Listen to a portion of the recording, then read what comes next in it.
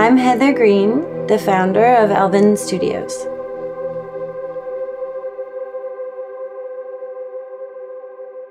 My dad's mom, my grandma Maggie, she got me into sewing. My grandmother's maiden name is Elve, E-L-V-E, and she has been a big part of what got me sewing in the first place, so I kind of wanted to honor her. I named it ELVN because I have an ear that some friends have made fun of for being slightly elf-like. So I figured it would be an homage to this part of myself as well as to my grandmother. She was an amazing woman. She looked at me when I was visiting one time and she said, "I think you need a project. I'm going to teach you how to make a pillow." And I was like, "Oh, okay." She did so by teaching me a particular pattern. It's a quilt pattern called Lightning in the Rainforest.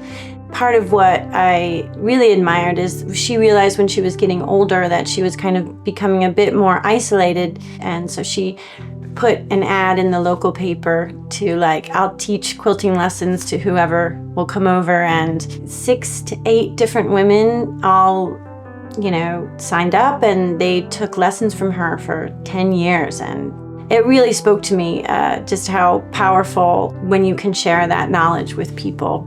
That was over 20 years ago, and I had always just been really obsessing with that pattern because I loved the geometric contemporary aspect of it. But when I made it with my grandmother, we did it in a very traditional way of making quilts with calicos and different sweet patterns, and I wanted to try and contemporize it. One of the artists that I am just forever grateful for and insanely inspired by is David Hockney. I'm not alone in that club. His work, particularly with color and the usage of color and the way it's paired, is just, to me, kind of like no other. He was a huge inspiration for me by discovering his book, A Bigger Picture. My pillow collection was inspired by that book. I was like, this is what I'm going to do. So I picked out a few different paintings within and then decided to try to recreate this Lightning in the Rainforest pattern, but with solid, very bold shades and out of linen.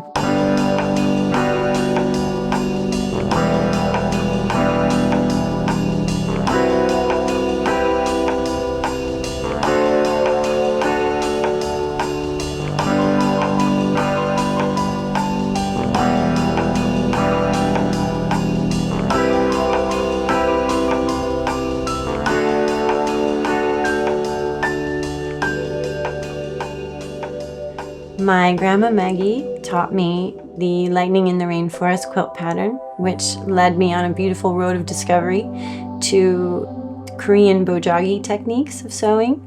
It was this beautiful practice of collecting fabric remnants and scraps and often hand sewing them together in this way, and then you would wrap a present in this piece of fabric, and then that is what you would gift someone for a wedding or a special occasion.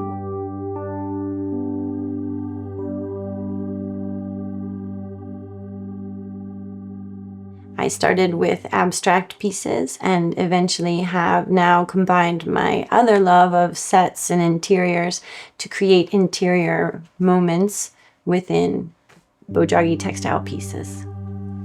The thing that mesmerizes me about the bojagi practice is the fact that it has no raw edges. There's clean seams on both sides so that when the light hits it, it resembles stained glass.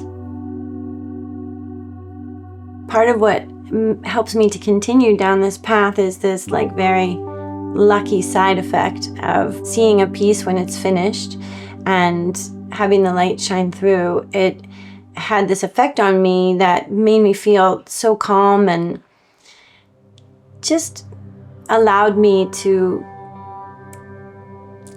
Well, it makes me feel honestly just like very grateful and helps me to be a lot more in the moment. And if that was a side effect that happened to me, I would never be so bold to assume it would happen to others. But if I could in any way help just things to feel a little bit more calmer or maybe even a little more dreamy for a minute, that would be fantastic.